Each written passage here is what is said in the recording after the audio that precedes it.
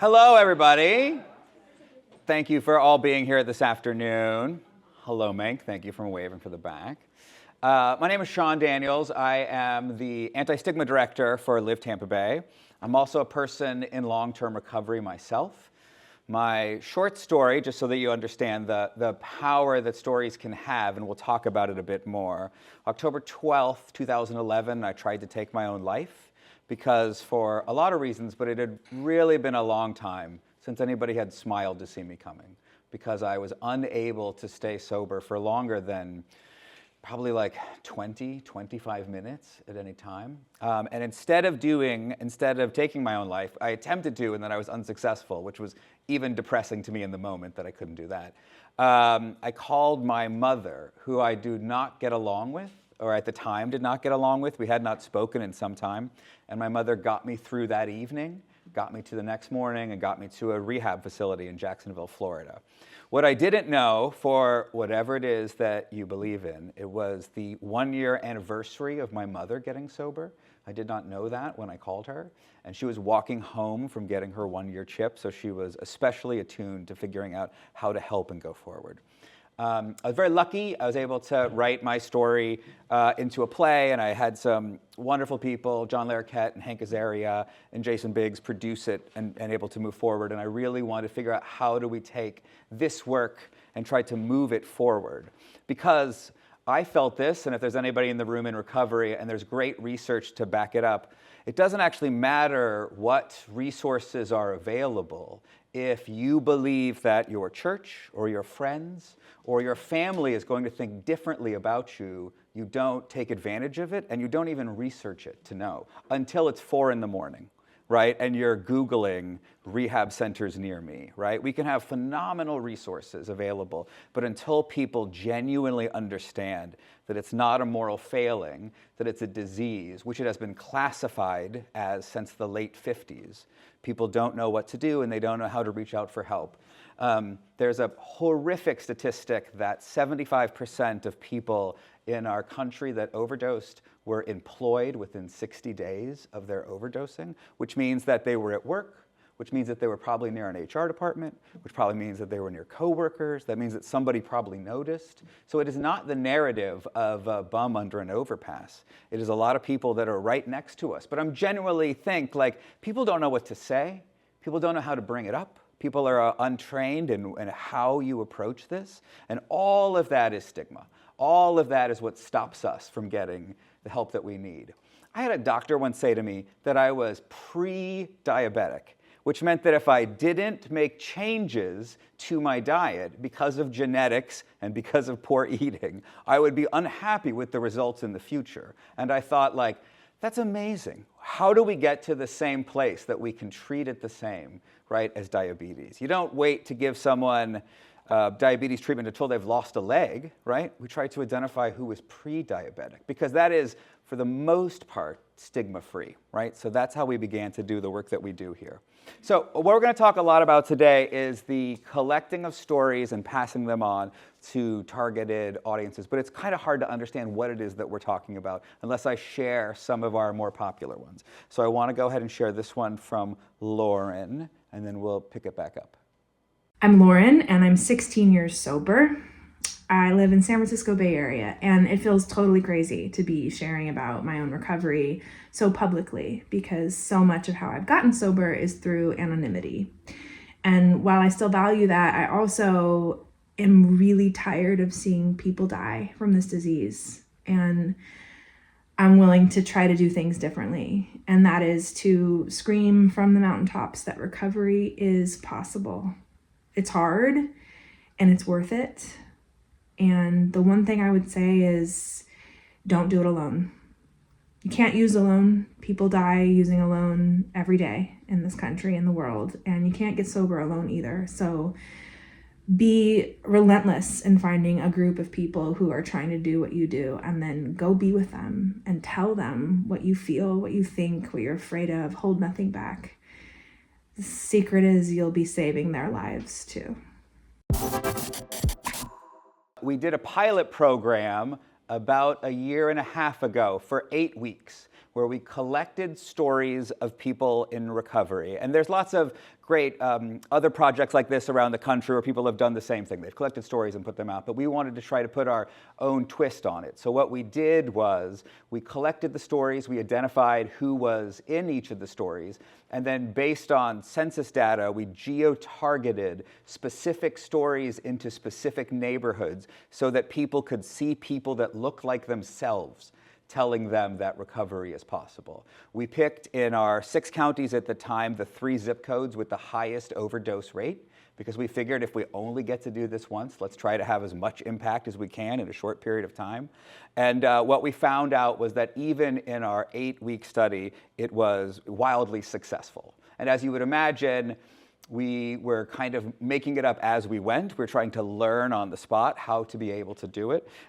We were able to get 12 million impressions, which I think was phenomenal. And then USF was very lovely and did a study of our work saying that it had significant impact in aspects of nearly every domain of addiction stigma. And they'll talk a little bit about that, how we came to that. So we applied for funding, we were able to get it, and we were able to actually take what we had learned in our pilot program and put it into full effect to be able to run a full several-month program where not only did we geo-target them in, but we took the learnings that we had had from the first time, tried to specifically look at which videos were performing the most. Lauren, that you saw just in this most recent campaign, she was not in all counties, she was only in a few, and she was watched 1.7 million times, just her video, right? We started to do events where we collected videos from people to try to talk about the idea that recovery is possible.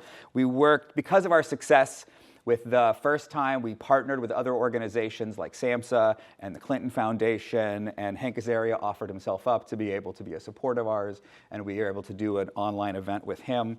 We had 2 artists, Craig Lucas, who was most recently on Broadway in Days of Wine and Roses, and Lauren Gunderson, who is the most produced playwright in our country over the last 10 years, agreed to come to Tampa Bay to meet with different people here to get a better sense of what it is. So Mank is here in the back. Mank will at some point appear in a play because Craig Lucas came and he met all these different people, and to his, he was like, the most amazing part of all this journey is like, who are these people that are spending every day trying to keep each other alive? Like, that's the story we don't hear. We hear a lot about addicts. We don't hear about who are the people working daily. And he was so floored by the success of the various organizations that were working and the way that they were working in Tampa Bay. So that is what he's going to write about. Lauren Gunderson wrote a play about people in recovery trying to live through a hurricane, of which we just did a reading in Sarasota on Friday night, right? And so we're bringing in not only collecting stories from people here, but bringing in world-class artists to be able to engage with our community, to shine a light on it, but also just to remove the stigma of talking about these things, of us knowing that this conversation is happening. As you'll see, we just finished up our program over the past weekend, and now we have 32 million impressions is what we got out of it. And it may even be a little bit more when they come in, but that's where we are at this moment. To give you some sense of why those numbers are important, when we started this program, the average deaths per year was 110,000, right? And there's been some information of that this most recent year is going to show that that number has decreased to 80,000, right? And that feels like a real success. But if you're not great at math like I am, and you spend some time dividing 80,000 into each day, what that means is that someone in our country used to die every 5 minutes from overdose, and now someone in our country dies every 7 minutes, right? So we are continuing to be able to do that work. Also, just to think about much of what the reason is people feel like those numbers that have gone down is by naloxone being in multiple places, but that federal funding is zeroed out in the upcoming Health and Human Services budget. So it will really fall to organizations like ours that are doing the work on the ground, that if that is the reason why we're seeing less people die. And also, like, everyone in this room knows that like a person dying is not a person. That's a family, that's a community, that's a brother, that's a daughter, right? Like, one loss is devastating, right? So suddenly you put that into effect of 1 every 7 minutes. It's progress, but the amount that we still have to do is huge. So we're going to talk a little bit about the methodology of going into it. These videos we were able to be a bit more specific about which ones people responded to. We were able to really target what each community was interested in. We were able to each week watch what people were responding to, how long they watched them, what they were interested in, and try to better the videos that were out there. Sarasota, oh my God, they love old white men more than anybody, right? And so it's great. So we got the best of the old white men, and we put them there, right? Lauren is like the queen of Pinellas County, right? And so that's great. And we figure out what it is for each place and figure out how to make sure that they see it. One of the great things also, or a little scary, about the way that geo-targeting works is anybody that travels through that zip code, if your phone registers it, you are in that for a moment, right? So even people driving through our zip codes might find our video on their phone as what an ad is in the middle of it. So I think that's, we're reaching more and more people. So we'll talk a little bit about the success that we've had. We'll talk a little bit about what, close to 33 million people got to see and why it was. But I also want to talk about like what our next steps are in terms of where we go from here. So what we next hope to do is to be able to respond more quickly. If we really have the ability to respond in a moment's notice, I don't know about all of you, but I get like spike alerts about where overdoses are spiking. With our next round, what we believe we can do is start to put together videos that are specific to that moment, and the second we get a spike alert, highlight all the areas where that's happening and send out social media messages so that people are not only able to understand that recovery is possible, but they could be training on what you do if you encounter somebody, and they could be even filmed within a day or two before, so it feels very current in what it is. What we've learned is that we have tremendous power to be able to get messages to people, messages that resonate, and messages that help them to understand what's next. Each of these, if you saw this on your phone, also what would come up at the bottom would be, click here to learn more, so that we can more directly connect people to resources. We're also going to talk about a chat bot a little bit later so that when people go to our website, they can find all the stories that are specific to them and they can begin to share them. We saw tremendous, the nice thing about this last program that we did is that because it wasn't so short, it was a little bit longer, we were able to see kind of natural sharing of people sharing this with their friends. We had a church in the Bradenton area that shared stories with their people as part of their goal to be able to share this message. It gave us time to really have people be able to understand what the message is and share it and remove stigma in every way, right? And so our goal is if at the end people understand that recovery is possible a little bit more, if they see people that look like them, and if they pass it on to each other, that gets people a little bit closer to getting the help that they need.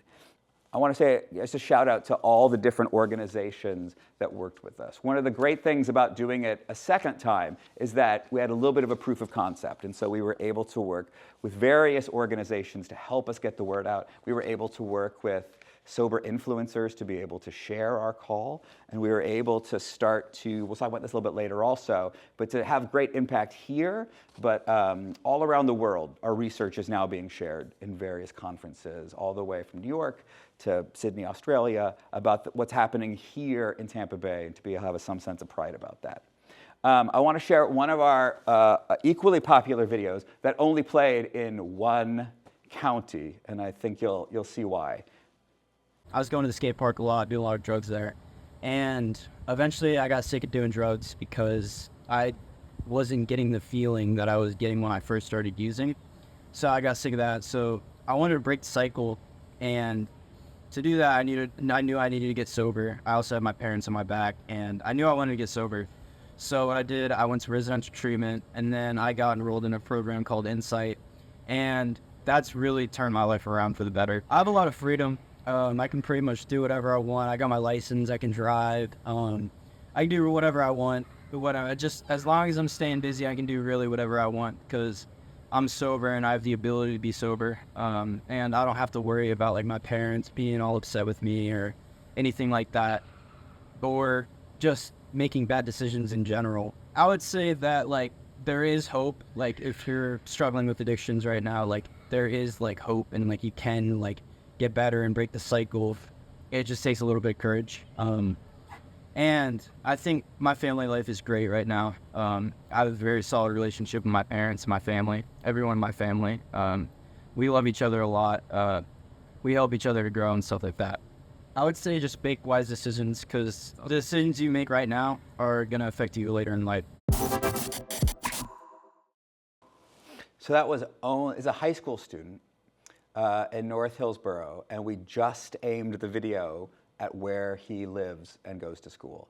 And close to 1 million people watched it, right? Because what happens is, like, he becomes a bit of a hometown hero in terms of having his video picked up. It gets shared for all the right reasons. And so just in his area, it had tremendous high impact. And that's why we thought, oh, let's take that learning and let's figure out how to have that same type of impact wherever we need to on a weekly basis as we see that things are happening.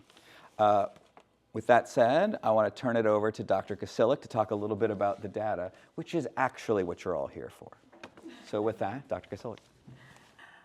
Hi, everyone. Thank you so much for being here today. I'm especially excited to see a lot of our students, both from our Behavioral and Community Sciences doctoral program here, as well as undergraduates that are in my recovery class at USF, and a master's student who went from our undergraduate behavioral healthcare major into the Master's of Social Work program. I think that it's important that we get this information out to people early and often. Substance use disorders start early, and if we can arm people with the correct information early on, that could prevent people from unnecessarily struggling longer than they have to, especially due to stigma. So my name is Kristen Kasilik, and I am an associate professor in the Department of Mental Health Law and Policy at USF. I am also the director of a research lab at USF called the Stigma Action Research Lab. So all of the research that myself and the students that I am really lucky to be able to work with, all the work that we do aims to understand and address stigma.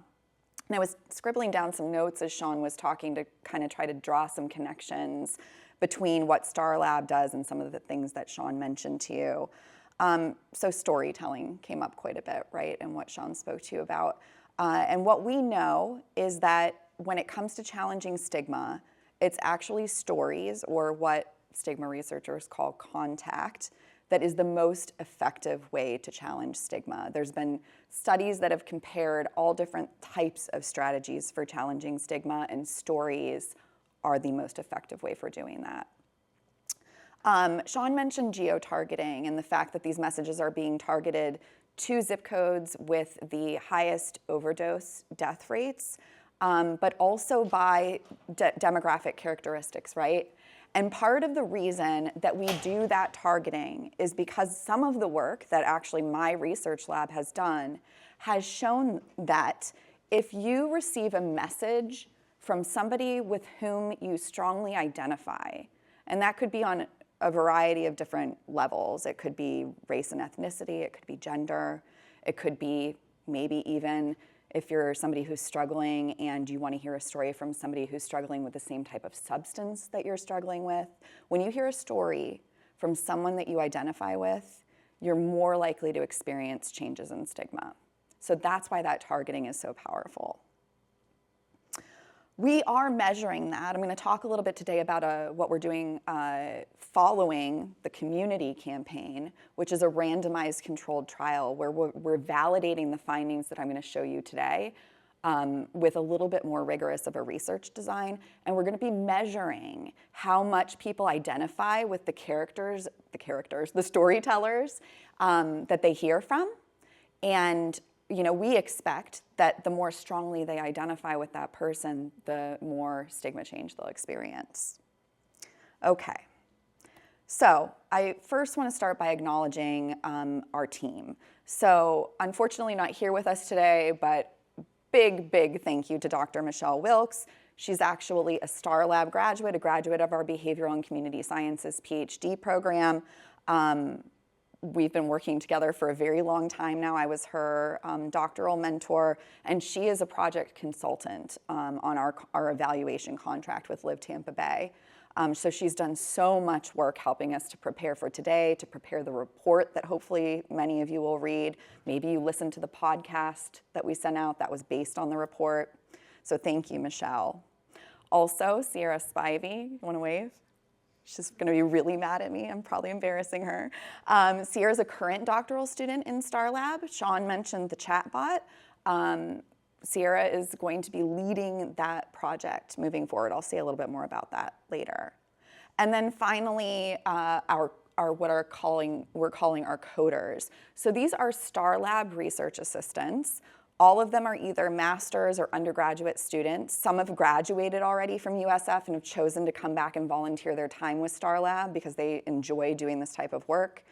And why we call them our coders is, as part of the chatbot, we recognize that, you know, in addition to what you're going to see in terms of the impact on stigma that Live Tampa Bay has had through Stories Ending Stigma, is also this massive amount of stories that have been collected. How many now?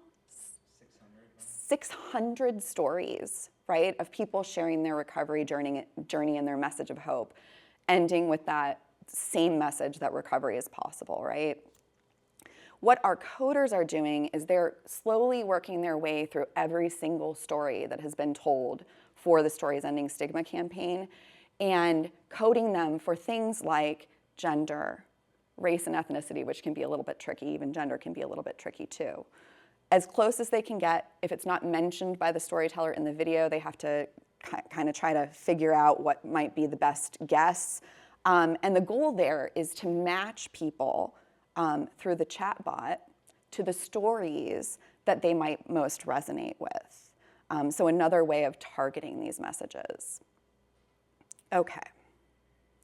So for this community campaign, for our studying the impact of the effect of Stories Ending Stigma in the Tampa Bay region, we partnered with an online survey company called Qualtrics. Many of you may be familiar with this company.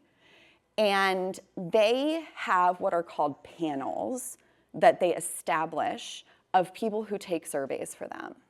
And they can target their surveys for us to zip codes. So what they did is, while the Stories Ending Stigma program was being targeted to the zip codes with the highest overdose death rates, Qualtrics was targeting our surveys into those same areas so that we could look at the effect of these stories in these different zip codes. So Sean mentioned a pilot. We did this previously once. We implemented the Stories Ending Stigma program for 8 weeks, and we measured people before and after, different sets of people. And so we had pilot data that suggested, as Sean mentioned, that this program is highly effective for addressing stigma. Thanks to Central Florida Behavioral Health Network, we were able to do this again and gather data over a longer period of time. So what I'm sharing with you today is our Wave 1 and Wave 2 data. We do have our Wave 3 data now, but we didn't have time to complete analysis before today's event. So when you see the final report, we have emails of people who registered for this event, and those of you who didn't, I know who you are, and you'll get the final report. You'll see the entire analyses in there, so you'll be able to see across all 3 time points. So we started collecting data in December of 2024. Mind you, Live Tampa Bay is in this time frame continuously pushing out these stories. We collected a second wave of data, or we concluded that data collection phase in February. We started another data collection phase in February, concluding that in April, and then we started another data collection phase in April and concluded in in June. While all of that was going on, we've also been doing this work on chatbot development, having students code stories. For those of you who aren't familiar with a chatbot, if you go onto a website and the little box pops up and asks you if you need assistance, it's not usually a human, it's usually a computer program. And that's what we're going to be doing to help screen and refer people to resources and to stories. And then at the very end, what you're seeing is the RCT. So I'm going to talk more about that in a little bit. So this is just meant to illustrate for you the counties that we have been targeting these messages into or these stories into. And again, as a reminder, within each of those counties, we had overdose death data from the state of Florida that we looked at where the top zip codes were for the highest rates of overdose deaths and targeted to those zip codes. I believe it's the top 3 for each of those counties. So you may wonder how would an evaluation team like Star Lab know whether Stories Ending Stigma is making a difference when it comes to stigma change? Well, there's various different instruments that we can use to measure stigma that are both valid and reliable, meaning they're measuring stigma, we know they're measuring stigma, and they can show change over time or when comparing one group to another group. So the measures that we used in this study were public stigma, that's the general public's attitudes towards, in this case, people with substance use disorders. Structural stigma, which is when stigma makes its way into law, policy, or legislation. And then self-stigma, which is when somebody with a stigmatized identity, like somebody with lived experience of a substance use disorder, internalizes that stigma, and they experience a sense of shame as a result of that. We also measured something called social distance, which, it's pretty hard to measure discrimination, which is the unfair treatment of people, in this case with substance use disorders, as a result of stigma. What we can do, though, is ask people how willing they would be to have somebody with a substance use disorder as a neighbor, a boss, a coworker, a romantic partner. And that is a way that we can approximate the likelihood that they'll discriminate against somebody with a substance use disorder. We ask questions about the thoughts about competency of somebody with a substance use disorder. As you can imagine, because of some of the stereotypes that exist about substance use disorders, the general public tends to think that people with a substance use disorder are incompetent, can't manage their own money, can't live independently, for example. We measured likelihood to reach out to various resources. We measured knowledge about naloxone, past treatment history, and then attitudes about treatment and medications for opioid use disorder, because unfortunately there is a lot of stigma around medications for opioid use disorder, and that blocks people from utilizing that type of treatment. I want to pause for just a moment and shout out our partners that are in the back of the room today, which is Hillsborough Recovery Coalition. I know that there's students in the room who they might be seeing this naloxone thing and not know what that is.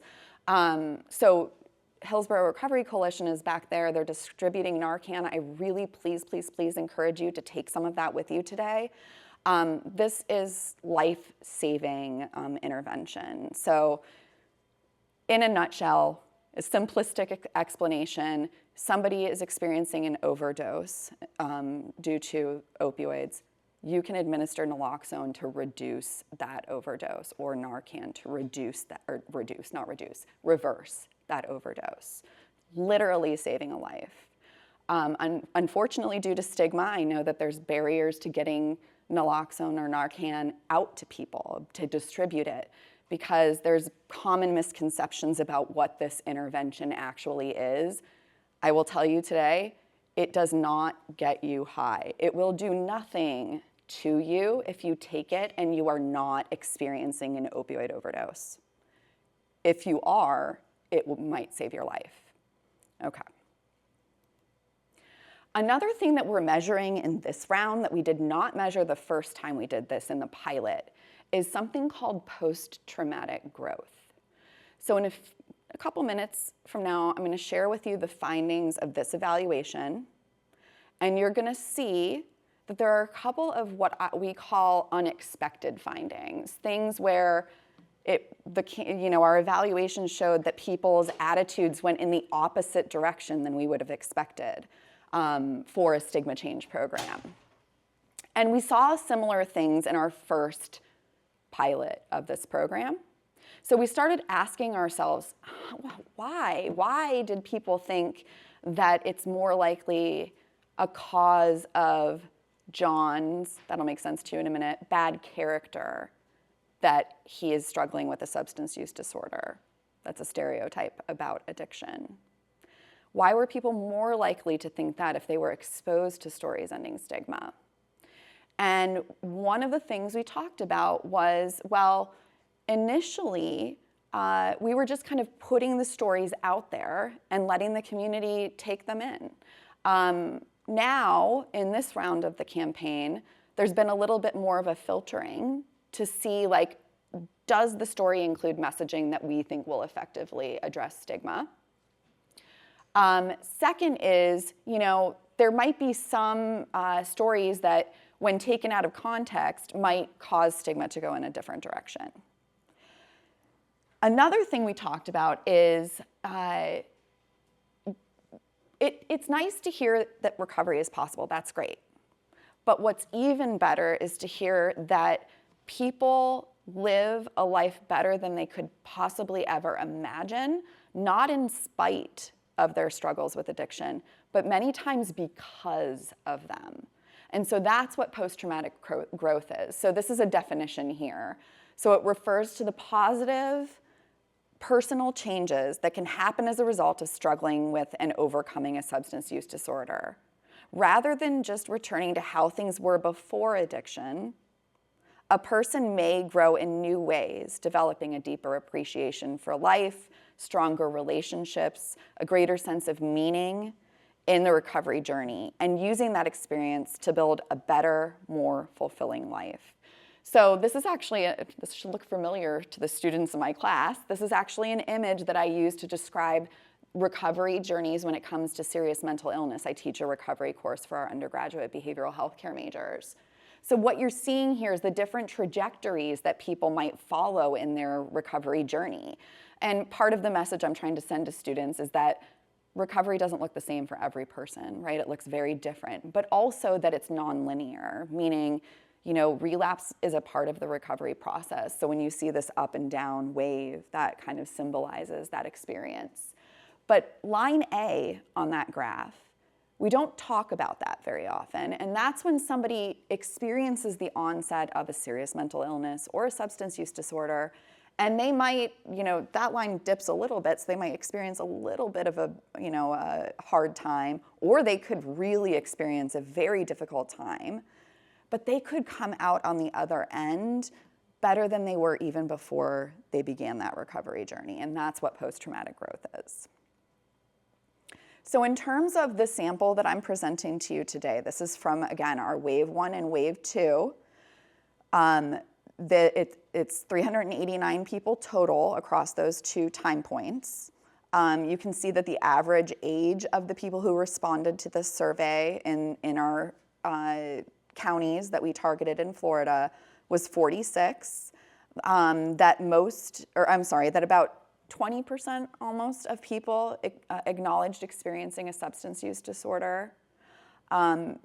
When you look at people who identified as being in recovery from a substance use disorder, 25% of the sample said yes. Many chose not to answer that question. Don't know why. We don't ask why they choose not to answer. Majority white sample, so something we should do in the future is work harder to try to get a more diverse sample of people responding to surveys. About 15%, almost 16% Hispanic.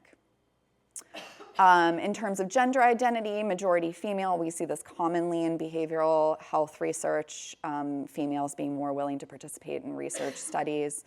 But I think this is actually a pretty good split when you look at research for gender. And then most people identified as being employed or chose not to answer that question. And you can see that most people had at least a high school education. So I mentioned a little bit ago this person, John. So when we measure stigma, we have to give somebody kind of a context for what they're responding to, right? And that's what we call a vignette. So a vignette is a description, in this case, of a person living with a substance use disorder. And so this is the vignette that the participants who completed our surveys received. I think what I forgot to mention on that measures slide is that what we call a battery of measures, so that list of measures, with the exception of a couple that we added, is what's called the Shatterproof Addiction Stigma Index, okay? So the Shatterproof is a national anti-stigma and kind of advocacy organization specifically working in the area of substance use. And they worked with researchers to develop that stigma index. It's valid, it's reliable, and it uses this vignette of John. So let me read this to you really quickly. It says, about a year ago, John was prescribed a prescription pain medication for back pain he developed following a car accident. He took the pain medication regularly, and after a few weeks found that he increasingly felt the desire for more, even though his back pain had improved. John went to several different doctors to get more prescriptions from them and then started getting them from a friend. Each time John tried to cut down, he felt anxious and became sweaty and nauseated for hours on end and also could not sleep. These symptoms lasted until he resumed taking the prescription pain medication.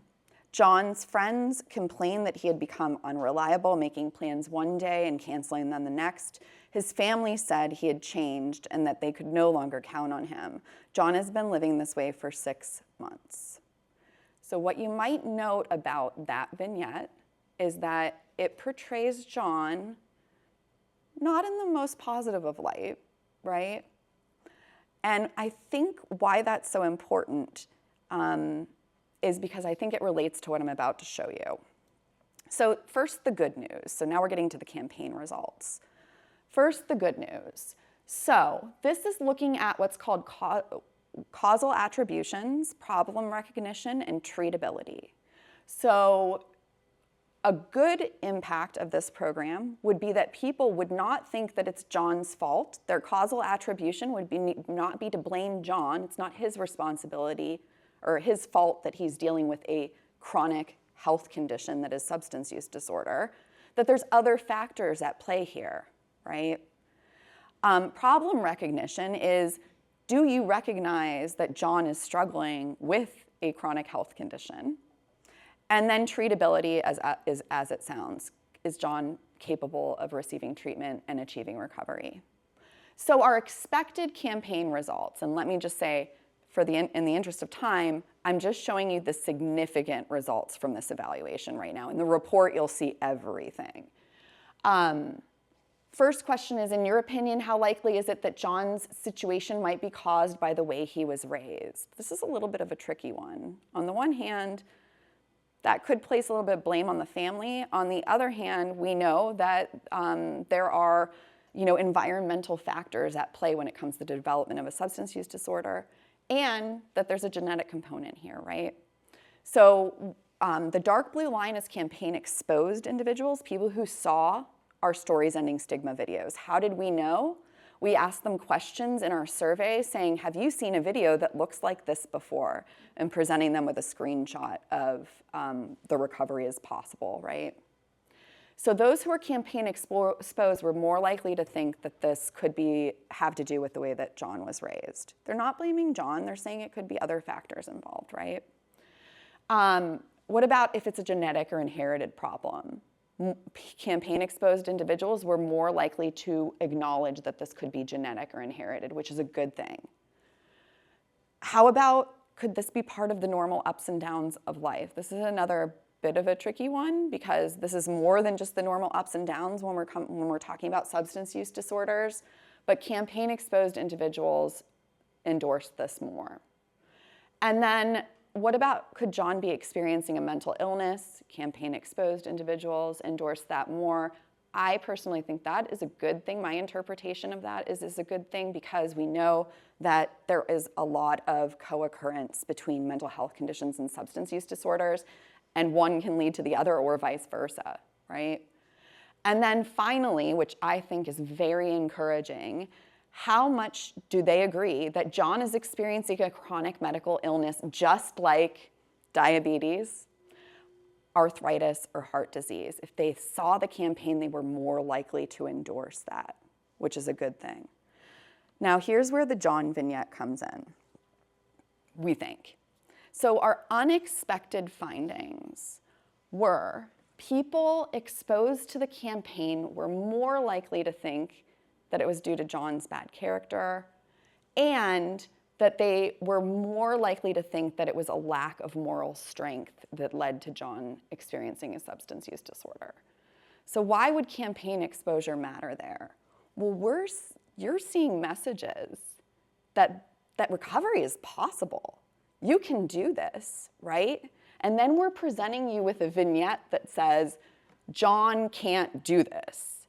So people may be getting confused here. Well, you're telling me in this vignette that John's not capable of recovery, but the messaging from the campaign says that yes, he is, so it must be John's fault. Has to be his bad character, because I know this is possible for him. Now, this is just a hypothesis, but it's something that we're going to be able to test further in our online randomized trial, as I'll show you in a minute. So why we started to think about this is because some of the same people who developed the Shatterproof Addiction Stigma Index actually did a study where they randomized people to portrayals of mental illness and addiction as either treatable or being treated or untreatable conditions. And they found that people's levels of stigma are higher when they hear a vignette of somebody who's untreated or untreatable, right? So we looked at the vignettes they used in this study. The John vignette is the untreated addiction vignette. The alternative is John, what I already read to you, plus at that point, John's family encouraged him to see a doctor. With his doctor's help, he entered a detox program to address his problem. After completing detox, he started talking with the doctor regularly and began taking appropriate medication. After 3 months of treatment, he felt good enough to start searching for a job. Since then, John has received steady treatment and his symptoms have been under control for the past 3 years. He lives with his family and enjoys spending time outdoors and taking part in various activities in his, there's another vignette in there that's female, and I forgot to correct the her there, community, and John works at a local store. That sounds a lot different than what we presented people with the SASI, the Shatterproof Addiction Stigma Index, right? There's also a control vignette that we're going to include in our randomized controlled trial that just describes somebody who's not experiencing a substance use disorder, maybe the normal ups and downs of life. So quickly, to wrap up the campaign evaluation findings, in terms of stereotype endorsement, there's common stereotypes about addiction, that people are untrustworthy or incompetent or likely to be violent. Campaign-exposed individuals were more likely to believe that John could control his own money, that he is less likely to believe that he's likely to be violent. That was actually an improvement from our first iteration of the campaign, because the first time we did this, campaign-exposed individuals thought John was more likely to be violent than campaign-unexposed individuals. So we can't say this for certain, but it could be some of the strategies that were used this time to like really look at the messages that were sent out. And then they were more likely to think that John is trustworthy and competent. So those are all great things. In terms of structural stigma, so that's when stigma makes its way into laws or policy. This example is schools should be allowed to expel someone like John. Actually, campaign-exposed individuals, another unexpected finding, are more likely to endorse this. This also could be because of the John vignette, right? That, well, I know recovery is possible. I've seen these messages, but that's not what I'm seeing with John here. So I think we should be able to have punitive measures in place. They also, so this is actually a little different. In this case, we did see differences between wave 1 and wave 2, where people in wave 2 were more likely to think that John should receive treatment instead of being punished for having a substance use disorder. And they were more likely in wave 2, so after the campaign had run for some time, to see that, or to say that they think safe injection sites, which is a harm reduction strategy, should be available or could be available in their community. And then Also, for campaign-exposed individuals, they were also more likely to endorse that they think that safe injection sites should be available in their community. Knowledge about naloxone was higher among wave 2 than wave 1 participants, and higher among the campaign-exposed versus campaign-unexposed, as was their understanding of the way that you would administer naloxone. We also asked people's attitudes about medication-assisted treatment for opioid use disorders. So again, this is often a stigmatized treatment modality. You'll hear people, even people in the recovery community, who will say things like, you're just replacing one medication for another. In fact, what this vignette tells you, and which is true, this is a strategy where people are given a low dose of opioids to limit withdrawal's impact, right? So when you stop taking an opioid that you may be addicted to, you go through horrible withdrawals. You feel terrible. And by taking a medication to minimize that effect, makes it more likely that you'll stop using that harmful substance and limits the possibility of overdose. So we found that between wave 1 and wave 2, people were less likely, though not that much less, but nonetheless less likely to think that medications for opioid use disorder are just substituting one drug for another, and they are more likely willing to have a medication-assisted treatment facility or a medication for opioid use disorder facility in their neighborhood. And then same pattern for campaign-exposed versus campaign-unexposed individuals. So this went in the direction that we'd hoped, and this also was an improvement from campaign 1, the pilot. Finally, self-stigma. So this is, again, when somebody with a substance use disorder internalizes the stigma surrounding the substance use disorder. They experience a sense of shame. This can cause people to drop out of treatment, not initiate treatment, and then it impacts all sorts of other areas of life, like pursuit of employment, relationships. This is measured in several different ways. One is, does the person devalue themselves? Do they feel bad about themselves as a result of this? And then also, are they afraid that others are going to stigmatize them? That's the fear of enacted stigma. And then we can put those two together to have an overall score. So what we found is that campaign-exposed individuals who identified in the survey as having problems with one or more substances, that they were lower on self-stigma than those who were not exposed to the campaign on self-stigma. So this is an effective strategy for addressing self-stigma. Finally, post-traumatic growth. So I'm just presenting to you some descriptives here today. We'll be using this in a different way in our randomized controlled trial. Dr. Wilkes, who I mentioned earlier, our project consultant, did a really fantastic job of putting together this chart, but also of assembling for us a few different measures of post-traumatic growth that exist in the literature. And they capture these different domains. So relating to others, new possibilities, seeing oneself as having personal strengths. You can read the rest of the list. What I want to point out to you, is that I put a column in here with the midpoint of each scale. And if you note, this item was presented only to people who identified as being in recovery, by the way. So if you note in this first column, everybody in the sample who identified as being in recovery is above the midpoint on that scale in all of those different domains. And why I think that's important is, remember, this is cross-sectional data, meaning it was only gathered at one point in time. So I can't really say that, people who saw Stories Ending Stigma are higher in post-traumatic growth, right? What we can think about when we see these results, though, is how can we, as a community, put conditions in place that help people to raise their sense of relationships with others or make them feel a greater appreciation for life. And I do think that Stories Ending Stigma, hearing stories of hope and recovery, is one way that we can change the community atmosphere, the culture of our community, to make it more likely that somebody would recognize these sorts of things in themselves. We did compare the campaign exposed and unexposed groups on these dimensions.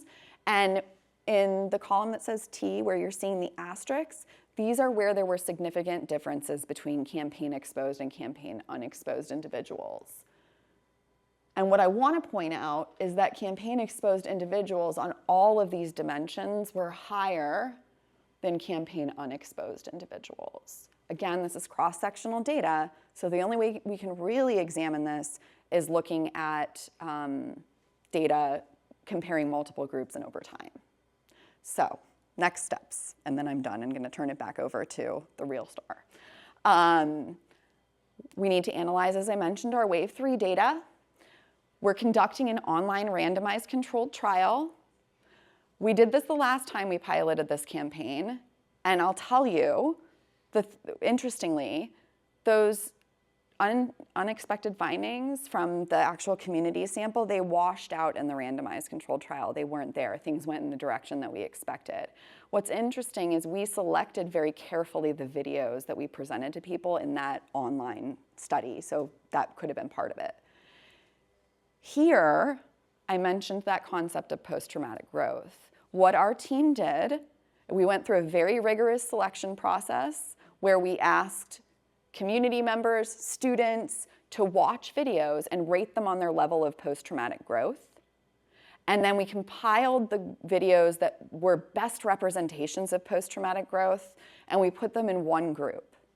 And then we put another set of videos that were great recovery stories, but didn't necessarily show that picture of somebody being even better than their life could have ever been before their recovery journey, right?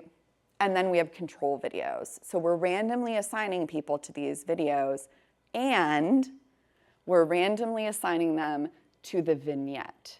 So they will get John with untreated addiction, John with treated addiction, and the control vignette that I showed you earlier. So we can see if that is at play here in some of these unexpected findings that we've gathered or we've revealed. We're also going to use, under number 3 here, the post-test only data from people in recovery. And we're going to look at how post-traumatic growth might be different among the control, the post-traumatic growth video condition, and the non-post-traumatic growth video condition.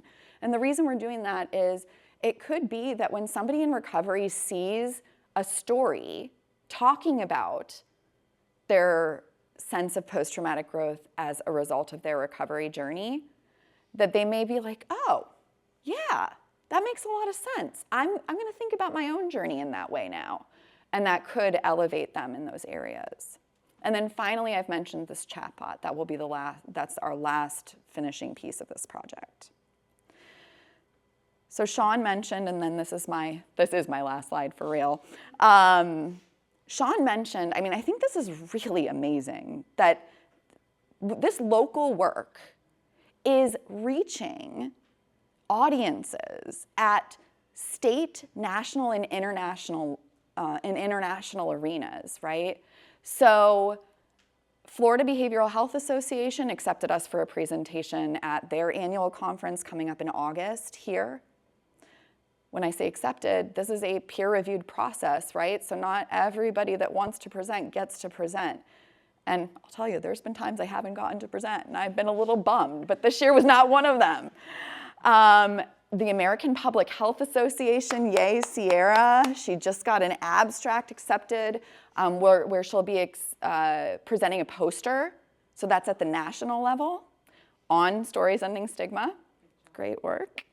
And then this past spring, we had an online poster session at a conference called Addiction Z, which I didn't realize until the other day is meant to say like the A to Z of addiction. I thought that was kind of creative, which is an organization focused on substance use treatment in Australia. So, what's happening here in Tampa Bay is catching the attention of people at all of these different levels. So it really is kind of validation that what we're showing you today is really resonating with people. So I will pass this off to Sean so we can talk about lessons learned and future directions. Sure. So just to wrap this up, we talked a little bit about this earlier. One of the things we really learned is that collecting videos is very valuable, and it's a fantastic way for people to feel like they're a part of the process, but really having some rigorous ways of looking at what videos go out and being really clear about who are the target audiences for them and really trying to figure out which ones respond to people. Luckily, we're able to do this type of metrics every few days to be able to see which ones people are watching, which ones people are watching for longer periods of time. Go home tonight. And if you scroll at the end of the night, which you all do, so don't lie, but you'll watch how long your thumb stays over a video before you move it on and count. I mean, we're talking sometimes, right, like 2 seconds, 4 seconds, 5 seconds. Like, so what does it take to get somebody to watch 60 seconds of a video, right? Clock how often you do that. It's very rare that something captures you. So also looking at just also honestly at these videos, what captures people at the very beginning, right? What feels like the story right off the bat is able to do it. We had one video, we said these videos should be a minute long, and somebody sent in a 9-minute video about how angry they were that their brother died. And so we didn't edit it, and we just put it on, and like, nobody watched the whole 9 minutes, but people would watch like 4 minutes of it. So it's amazing also just like what level of authenticity captures you right away, right? And how do we share that? So for all of us, you know, and we live in a postmodern society where we're all very aware when we're being marketed to, right? So like what videos actually capture you and feel like this is somebody who's really there, right? Any social influencer thrives on you feeling like you have direct access to them on an authentic level. So how do we do that with the same way when we know that any AA meeting is the same? It's people sharing their story, people feeling less alone, people understanding that it's happened to people before, right? So our goal is not only to continue to collect those stories, but to get better and better at refining which ones have greater impact so that those can go out there. And then figuring out how do we then, with the abilities we have, respond quickly. I mean, I think there is a version where, I'm not sure for exactly what reasons, but in the 80s, we were told to drink milk all the time. And then now I understand why I was such a husky child for all of my life, because like you really should not drink milk all the time. But it was a huge campaign and we all did it and everyone knows what I'm talking about, right? What if there was a version of recovery is possible on a national campaign? What if we were able to show what we've done here can be modeled, and not just that there's one campaign that goes out, but that like it's always local, right? So we figure out what are components to be able to do it. How do we collect stories from across the country?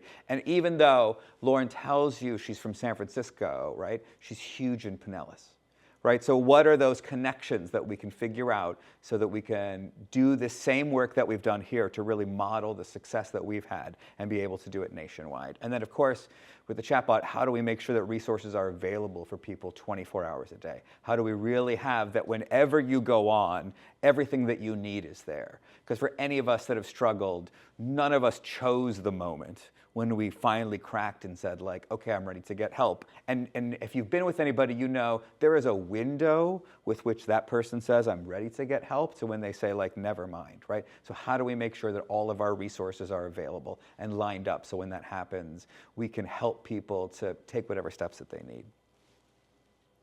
We do want to leave just a little bit of time because you just got a tremendous amount of information. But before we do that, I just want to give a big shout out to everybody that's here, because the research that went into this, like our program I think is great, but without this data, it doesn't mean anything. So thank you to all of your group for doing such fantastic work. Yes. Questions from anybody about the program? For me or for Dr. Kasilik? Yes. The question was, are there job opportunities? Yeah. I love that question. Yeah. Good for you, girl, asking a question like that in front of the crowd. Yeah. I'll just jump in and say there's always opportunities in Star Lab. And if I can help it, I'll be partnering with Lib Tampa Bay moving forward on this type of work for a while. So that's one way to get involved. We, as you know, probably we also have internships that field placements, actually we call them. You're a behavioral health care major? Yeah. So we have field placement opportunities. One of, if you remember the slide where I acknowledged people, right? And I said our undergraduates that are coding all of these stories. Tristan Lehigh was a field placement student with me last semester, and that's what she was doing for her experience, was coding stories, ending stigma stories. So those are certainly opportunities for involvement. Also, don't forget to take advantage of scholarships that are offered through the college. Oh yeah, I got one for the summer. Yay, congratulations. I don't know if you would add anything to that. I guess I would just say if you follow us on LinkedIn, there are sometimes opportunities, and that's probably your best way to know when they pop up. I will say, in addition to opportunities for employment for peers, one thing that you can be doing right now as students, and I hope I include this somewhere in my recovery course, if I don't, I'll have to make an announcement, is you can go to the Florida Certification Board website, and you can look at what you need to do to become certified in delivering services as a peer. So there are certified recovery peer specialists.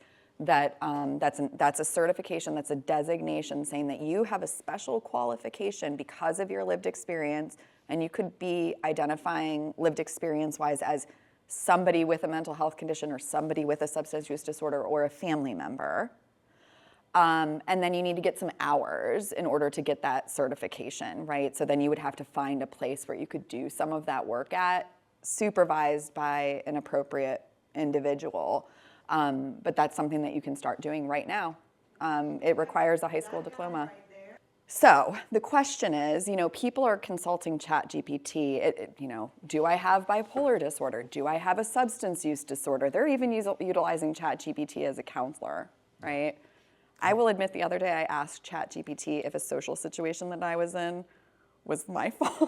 And it gave a pretty good answer. Well, I guess it was good because it came out in my favor, but it gave a pretty good answer. Confirmation bias, yes.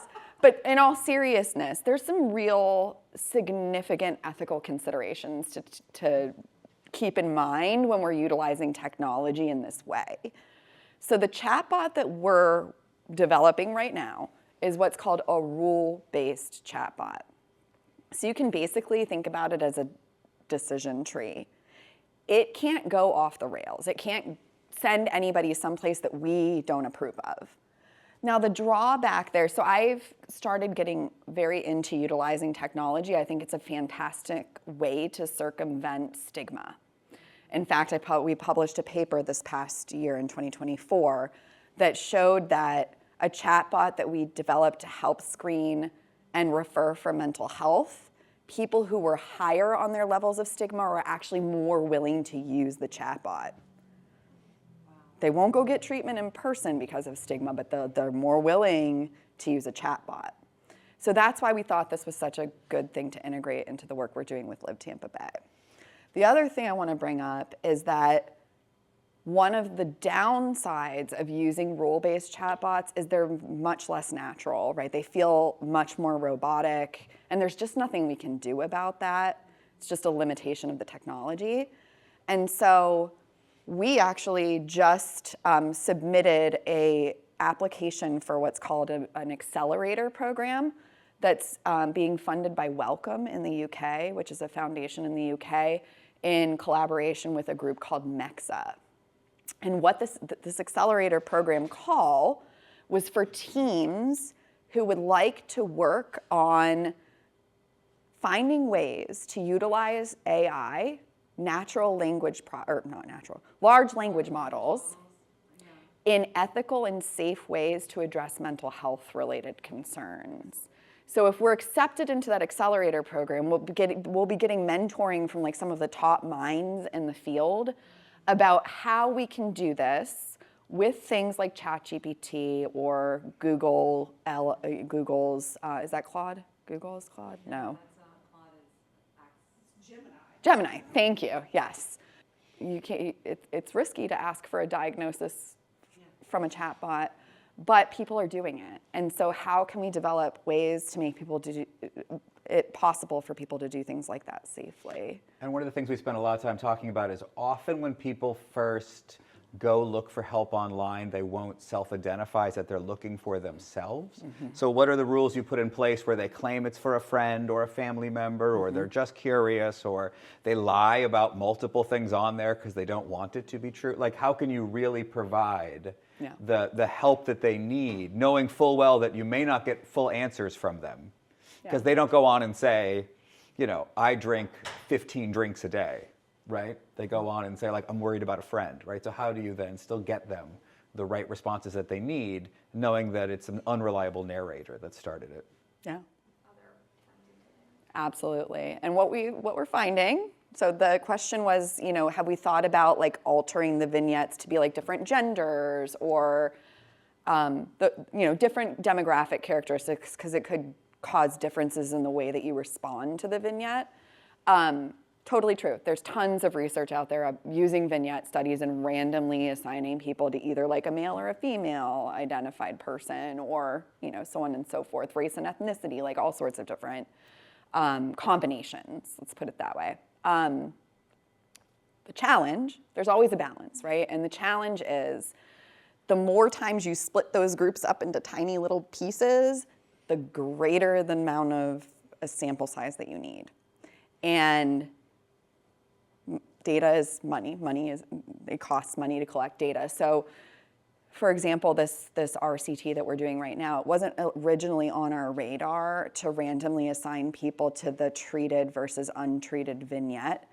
But once we started to think about, like, why are we still seeing these unexpected results about bad character and moral failing, we started thinking, we really should look at this in the RCT, and that's why we're randomizing people, but it did bump our sample size up quite a bit for the RCT. It'll give us amazing data, but it does do that. So, but yes, avenues for future research. Great.